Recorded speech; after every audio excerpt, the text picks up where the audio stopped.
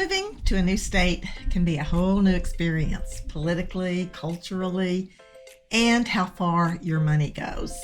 So, for example, say you are moving from West Virginia to Pennsylvania, and you were qualified to buy a $500,000 house in West Virginia. So you figure you'll qualify for the same in Pennsylvania.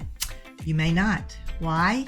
Because your property taxes are going to be higher in Pennsylvania, and that's going to make your monthly payment higher.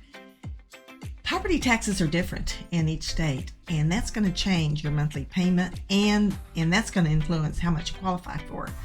So that's what we are talking about today, the costs that influence your pocketbook when you relocate to a new state. And by the way, our contact information is below. And if you want to learn all about the Eastern Panhandle, consider subscribing. We do a new video every week. So first thing, property taxes. And we touched on that a bit. And it can vary significantly from state to state. And that, of course, impacts what you can afford when you purchase a home. The 5 states with the highest property taxes are New Jersey, Illinois, New Hampshire, Connecticut, and Vermont. Those states are 2% and up. It's 2.49% in New Jersey. The states with the lowest property taxes are Hawaii, Alabama, and Colorado. West Virginia is 8th on that list at 0.58%. So you're probably going to qualify for much more in those low property tax states. And here's a website that ranks states in order of the amount of property taxes. I'll leave a link to that below. Next thing, the cost of insuring your home. And that's another factor to consider, the cost of insurance. Insurance rates vary based on the state you're moving to and the risk associated with that area. And it can be hefty if you move to an area prone to flooding or hurricanes. The states with the highest overall insurance rates are Oklahoma, Kansas, Nebraska, and Arkansas. Those areas are prone to tornadoes and high winds. And insurance rates can also vary within a state. Like along coastal areas, it's probably going to be higher. Insurance rates tend to be lower in this area because I guess it's just less disaster prone.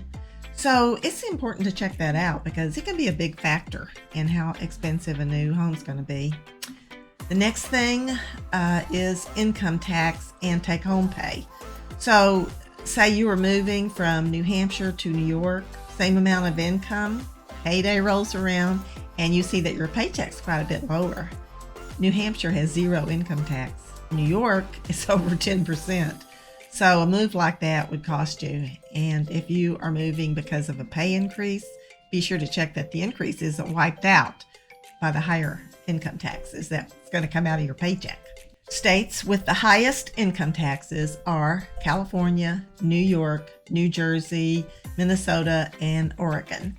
States with no income taxes are Florida, Tennessee, Texas, Wyoming, South Dakota, New Hampshire, Washington State, and Alaska. So those are really the big ones: property taxes, income taxes, and property insurance. Those are the ones that are going to have the biggest impact on your pocketbook. So be sure to check those out so you know what to expect. Other expenses that differ between states are utility costs, food costs. Utility costs, that varies between states, and it can be a pretty big difference. It depends on demand, the availability of energy sources, and the state's regulations. The most expensive by far is Hawaii and Alaska, over 30 cents per kilowatt. West Virginia is down there among the cheapest, less than 10 cents. Hawaii and Alaska are regulated. West Virginia is not.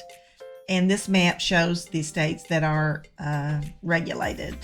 The green states on the map do not regulate utility prices. The white states have regulations. And of course, an energy efficient home is going to be a big factor in energy costs. So when you go to buy a house, ask the seller to provide the utility bills for the year. And then the last thing here is food, and that's gotten more expensive everywhere. But in areas where access to fresh produce is limited, it can be even more expensive. In Alaska, fresh produce is rare to find, and it's very high there. So that's just another factor to look at when contemplating a move. You know, when one expense is very low, like income taxes, chances are another expense is going to be high, like property taxes. So it's a good idea to look at all those things, balance it out, see what the budget's going to look like when you move. You know, in this country, a lot of laws and choices that impact your life are determined by each individual states. So in some ways, it's sort of like moving to a new country. It felt like that when we moved from DC to West Virginia. Cultural differences, political differences, certainly the cost of living. So moving to a new state involves much more than just packing your bags and moving across town. There's hidden costs which impact your financial situation, from property taxes and home insurance to income tax and the cost of living. So it's really a good idea to research and consider all those aspects so you know what to expect. There's some websites that lay out all that information by state, and I'll leave links to those sites in the description below. And if you are thinking of moving to the Eastern Panhandle, we can help, and we would love to do that. Okay, that's it for today, and I hope you found this information helpful. Thanks for watching. I'll see you next week. Have a great week.